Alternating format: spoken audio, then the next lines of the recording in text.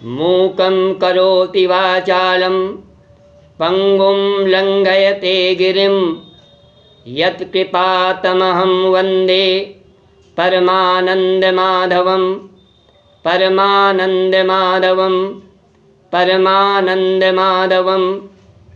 अब सुखदेव जी राजा परीक्षित को भगवान श्री कृष्ण के नामकरण संस्कार का वृत्तांत सुना रहे हैं। सनातन संस्कृति में 16 संस्कारों की बात कही गई है। नामकरण 5वां संस्कार है।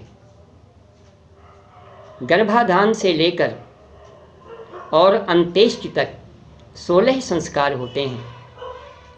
गर्भाधान, पुंसवन, सीमंतोन्नयन, व्यातकर्म और नामकरण। नामकरण 5वां संस्कार है। भगवान श्री कृष्ण के नामकरण संस्कार का वर्णन करते हुए सुखदेव जी कहते हैं, गर्गः पुरोहितो राजन यदूनां सुमहातपाः ब्रजं व्यगाम नंदस्य वसुदेव प्रचोदितः। गर्गाचार्य जी यदुवंशियों के कुल पुरोहित थे, बड़े तपस्वी थे। एक बार वसुदेव जी की प्रेरणा से वे नंद बाबा के गोकुल में पधारे। उन्हें देखकर नंद बाबा बहुत प्रसन्न हुए, उनके चरणों में प्रणाम किया, उनका पूजन किया और यथोचित आतिथ्य सत्कार के बाद बहुत ही विनम्र शब्दों में, मधुर शब्दों में नंद बाबा ने गर्गाचार्य जी से कहा, आप परम विद्वान हैं, ज्योतिष शास्त्र के भी मर्मज्ञ हैं, ब्रह्मवेत्ताओं में श्रेष्ठ हैं। त्वं ही ब्रह्मविदां श्रेष्ठः संस्कारान् कर्तुमर्हसि।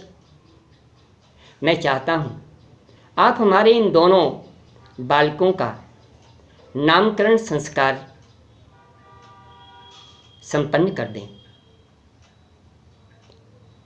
गर्गाचार्य जी कहते हैं, नंद जी आप तो जानते ही हैं, कंस की पापी बुद्धि निरंतर कुछ न कुछ सोचती रहती है और जब से उस योग माया रूपी कन्या के मुख से कंस ने ये सुना कि तुझे मारने वाला कहीं पैदा हो चुका है, तब से वह निरंतर यही चिंतन करता रहता है कि कहीं किसी के यहाँ मेरा काल तो नहीं पल रहा है और मैं यदुवंशियों का कुल पुरोहित हूँ। अगर मैंने तुम्हारे बालकों का नामकरण संस्कार किया तो कंस यही समझेगा कि यह वसुदेव जी का 8वां पुत्र है जो नंद बाबा के यहाँ पल रहा है और वह इसकी हत्या भी कर सकता है। अगर ऐसा हुआ तो बड़ा अनर्थ हो जाएगा। तब नंद बाबा कहते हैं, आचार्य जी आप इन बातों की बिल्कुल चिंता मत कीजिए। औरों की तो बात ही क्या, मेरे सगे संबंधियों को भी इसकी कोई जानकारी नहीं हो सकेगी। आप केवल गौशाला में एकांत में गुप्त तरीके से स्वस्ति वाचन करके मेरे बालकों का, इन बालकों का नामकरण संस्कार संपन्न कर दीजिए। सुखदेव जी कहते हैं, गर्गाचार्य जी तो नामकरण संस्कार करना ही चाहते थे। जब नंद बाबा ने उनसे ऐसी प्रार्थना की तब वह गौशाला में एकांत में गुप्त तरीके से भगवान का नामकरण संस्कार करने लगे। गर्गाचार्य जी कहते हैं, यह जो रोहिणी का पुत्र है, इसका नाम रोहिणी होगा। गर्गाचार्य जी ने रोहिणी के पुत्र का नाम रोहिणी रखा।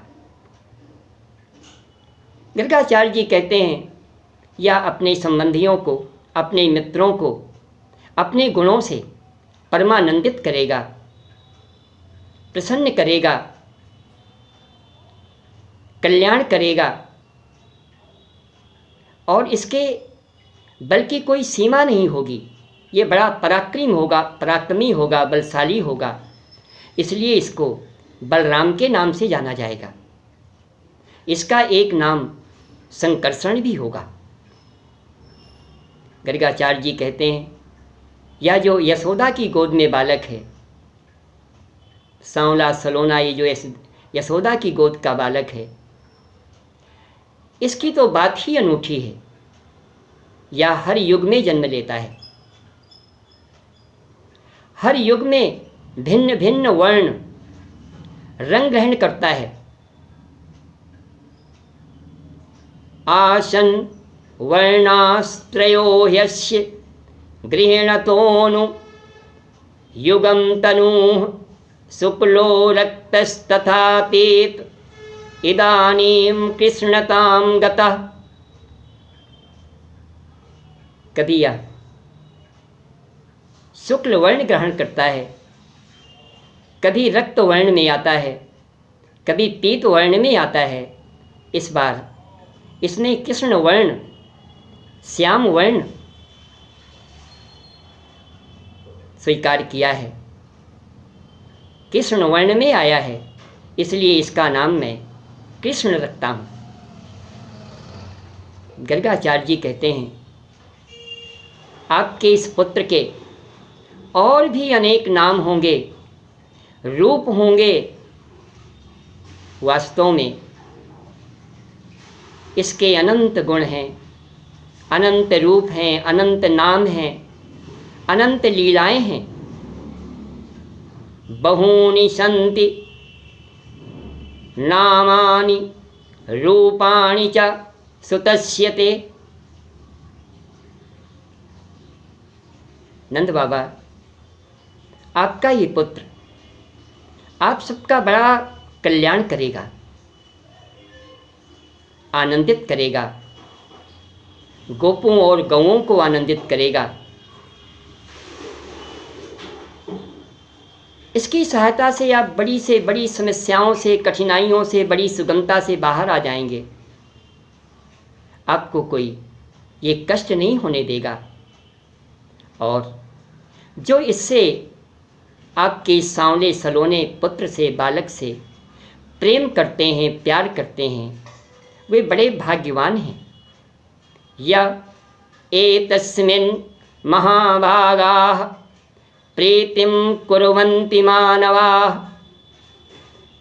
और नंद जी, इतना ही नहीं, आपका यह पुत्र किसी भी दृष्टि से देखें, चाहे गुण की दृष्टि से हो, चाहे रूप की दृष्टि से हो, चाहे संपत्ति की दृष्टि से हो, चाहे सौंदर्य की दृष्टि से हो, चाहे कीर्ति और प्रभाव की दृष्टि से हो, आपका ये पुत्र साक्षात नारायण के समान है। तस्मान्नन्दात्मजोऽयं ते नारायण समो गुणैः। इस प्रकार गर्गाचार्य जी ने भगवान श्री कृष्ण और उनके अग्रज बलराम जी का नामकरण संस्कार संपन्न किया और नंद बाबा को भली भांति समझाकर अपने आश्रम को लौट गए। गर्गाचार्य जी की बातें सुनकर नंद बाबा अत्यंत हर्षित हुए, परमानंदित हुए, अपने आप को कृतकृत्य महसूस करने लगे। अब भगवान श्री कृष्ण और बलराम जी कुछ दिनों के बाद अपने घुटनों के बल धीरे धीरे चलने लगे, खेलने लगे। माँ यशोदा के आंगन में घुटनों के बल खेलने लगे। माँ यशोदा और रोहिणी जी अपने बालकों को घुटनों के बल आंगन में खेलते देख करके परम हर्षित होती, पुलकित होती, परमानंद में भर जाती। उनके आनंद की कोई सीमा नहीं होती। उनका आनंद अनिर्वचनीय है, शब्दों से परे है, शब्दों से व्यक्त नहीं किया जा सकता।